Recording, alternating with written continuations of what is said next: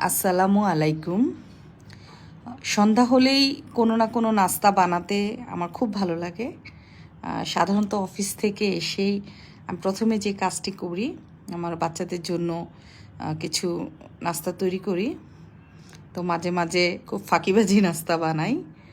যেমন আজকে সন্ধ্যার সময় নুডলস করলাম, তার সাথে চা। চা খেতে আমার খুবই ভালো লাগে। আর দুধ চায়ের সাথে আমি সবসময় একটু মশলা দিয়ে থাকি। মশলা চাটা খুবই প্রিয়। তো আজকে নুডলসটাও একটু ফাঁকিবাজি পদ্ধতিতে করলাম।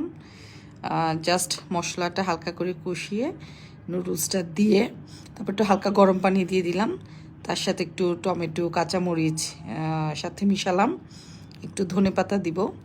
এভাবে করলে পানিটা ফেলে না দিয়ে আসলে নুডলসটা খুব গ্রেভি থাকে, আর এটা খেতেও খুব টেস্ট হয়। আর চাটা যখন করি আমি একটু দুধটা অনেকক্ষণ ধরে জাল দিয়ে নিই, তাতে চাপাতি দিয়ে সব রকম মশলা দিয়ে নেড়ে চেড়ে নিলে সুন্দর একটা ফ্লেভার চলে আসে। আর ফ্লেভার দেওয়া চা খেতে আমার তো খুব ভালো লাগে, আর বাচ্চারা খুবই পছন্দ করে। তো খুব হালকা নাস্তা দিয়ে আজকে আমরা সন্ধ্যাবেলার খাবারটা সেরে নিলাম। সবাই ভালো থাকবেন।